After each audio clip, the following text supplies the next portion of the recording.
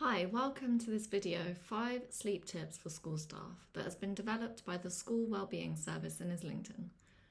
So working at a school and being around young people can be rewarding and fun, but also extremely exhausting.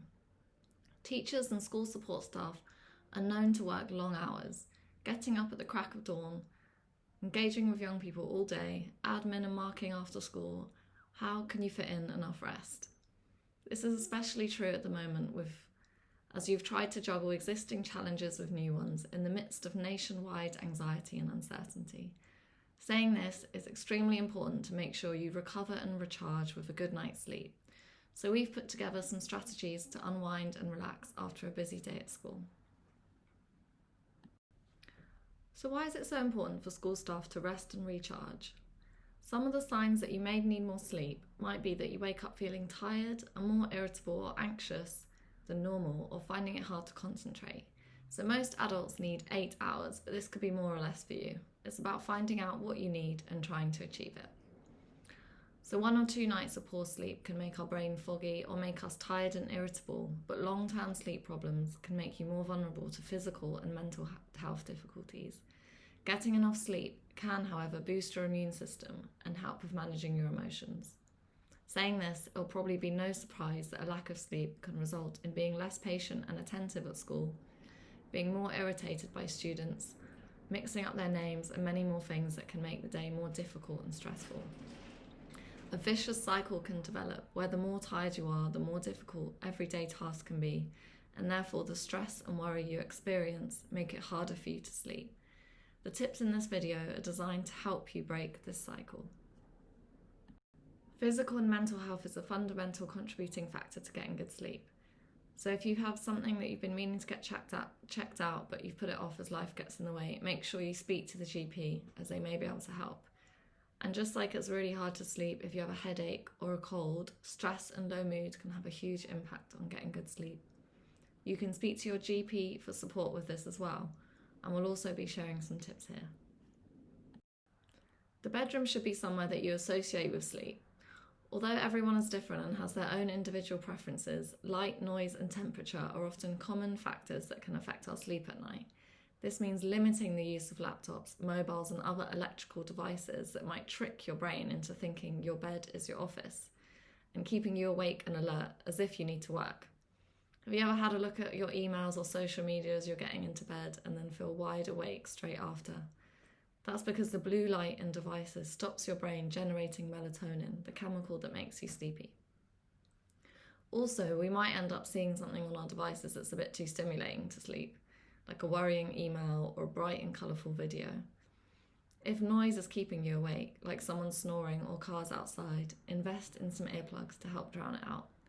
The temperature of the room is also really important. You don't want to be too hot or too cold, so open a window or have an extra blanket handy to get the perfect in-between temperature. According to research, the perfect temperature for good sleep is between 15.5 and 19.4 degrees Celsius, and that's quite cool in some people's standards.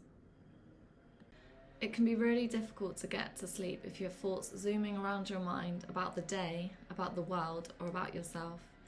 It can be tricky. Having a few tricks up your sleeve to calm the mind can be helpful to slow down those thoughts to get you ready to sleep. Work anxiety can also mean that we put off going to bed because we want to make the most of or draw out the time that we spend not working. So progressive muscle relaxation is where you tense and release different parts of your body to notice the difference. Try it now. Squeeze your hands as if you're squeezing lemons. Hold for 5, 4, 3, 2, 1, then let go. How does that feel? When you're in bed, you can try going through different parts of the body, focusing on how it feels before and after. Distraction techniques can help by giving us something else to think about when we can't get those problems out of our brains. Replace those thoughts that keep you awake with thoughts that are relaxing, soothing, or just plain boring. This could be imaging or imagining a relaxing place. Focus on the smallest details, the smells, the sounds, the breeze and the colours. If your mind wanders, that's okay, just bring it back. It could also be thinking of words or numbers, like counting back from 10. So this takes time and practice to master, but the more you try, the more relaxed you'll feel. And if you're struggling to sleep, get up and go and do something relaxing elsewhere. Meditate, read, making a hot, non-caffeinated drink, then going back into bed when you're feeling sleepy. Most importantly, and perhaps one of the most difficult things, is to try and leave work at work. Plan ahead for a rested mind. If you're worrying about a lot of things, spend some time, not too close to bedtime, jotting down what's on your mind. Make strict boundaries with yourself about not sending or checking emails after 7 p.m. This can be hard when remote working or finishing things at home. It might be helpful to have a brief ritual or activity that you do to mark the ending of work, such as tidying away all your work stuff or doing 5 minutes of stretching. It's also really helpful to have a wind-down routine before bed.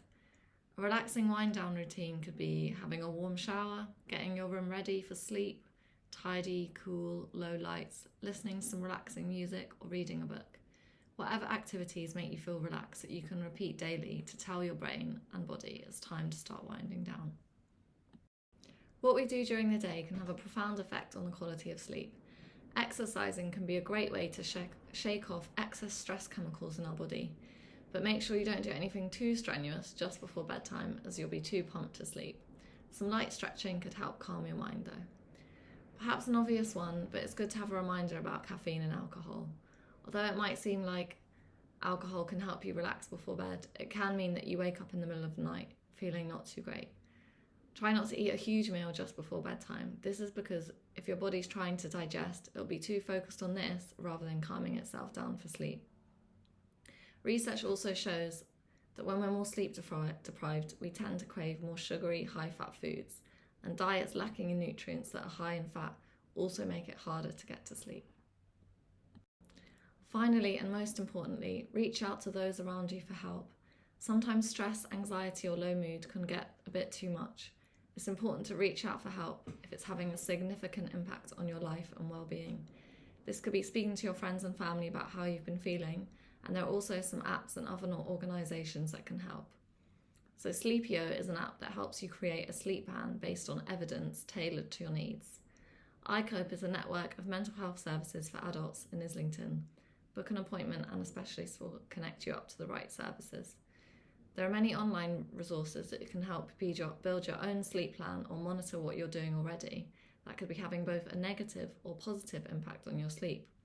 We've put some links below this video to have a look at. Thank you to all these organisations for providing information to make this video. Also, thank you so much for listening and taking time to think about your well-being. If you have any questions or feedback on this video, you can write them in an email to the email address on the slide.